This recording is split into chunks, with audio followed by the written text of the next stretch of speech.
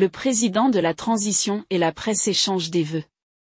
À l'occasion de la présentation des vœux du Nouvel An 2024 de la Haute Autorité de la Communication, HAC, de la Maison de la Presse et du Comité national de l'égal accès aux médias d'État, CNEAM, le jeudi 29 février 2024, Son Excellence le colonel Assimi Goïta, président de la transition et chef de l'État, a prononcé un discours significatif, mettant en lumière les enjeux cruciaux liés aux médias, à la démocratie et à la stabilité nationale.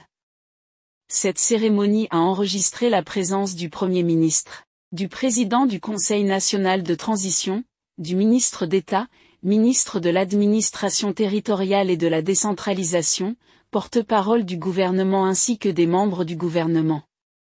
Plusieurs représentants des médias publics et privés ainsi que des structures de régulation étaient également présents à ce rendez-vous avec le président de la transition.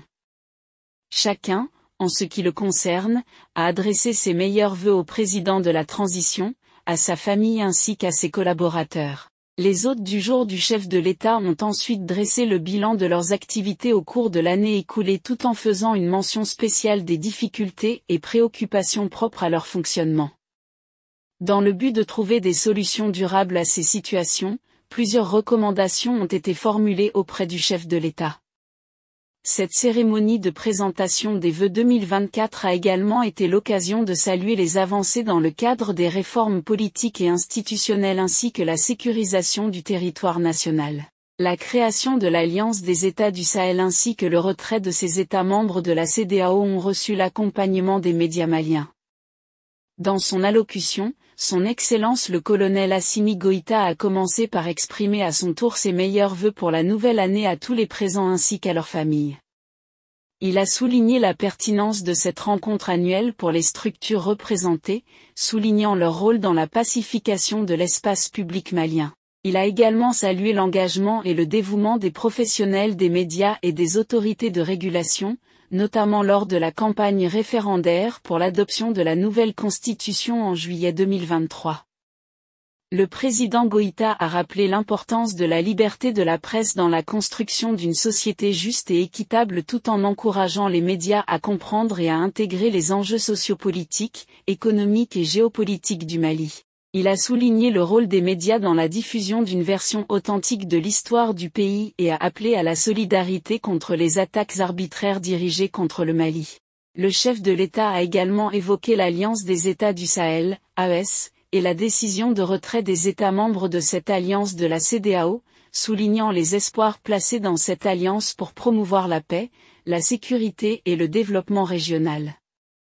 En ce qui concerne les préoccupations financières et sécuritaires des médias d'État, le président de la transition a estimé nécessaire de procéder au préalable à une évaluation attentive des propositions visant à garantir leur bon fonctionnement, notamment lors des échéances électorales à venir. Cette évaluation concernera surtout la gestion de ces structures publiques. Il a également exprimé sa compassion face aux violences exercées contre les journalistes et a souligné l'engagement du gouvernement à garantir leur protection.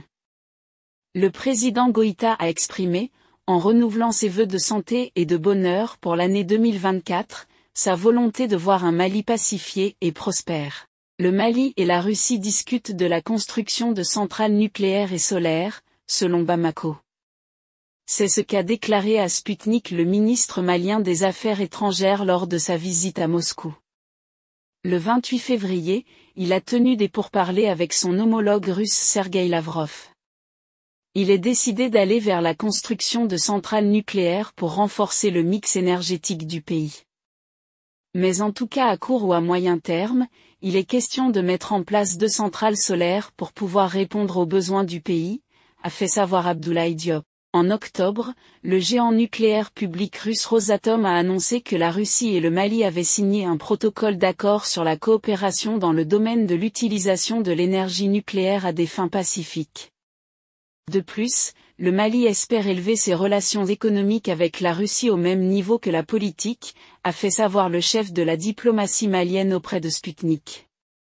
Il est vrai que, aujourd'hui, notre ambition c'est d'élever la coopération économique commerciale à la hauteur de la bonne qualité des relations politiques, mais aussi au niveau de la coopération sur le plan militaire et sécuritaire, a déclaré Abdoulaye Diop.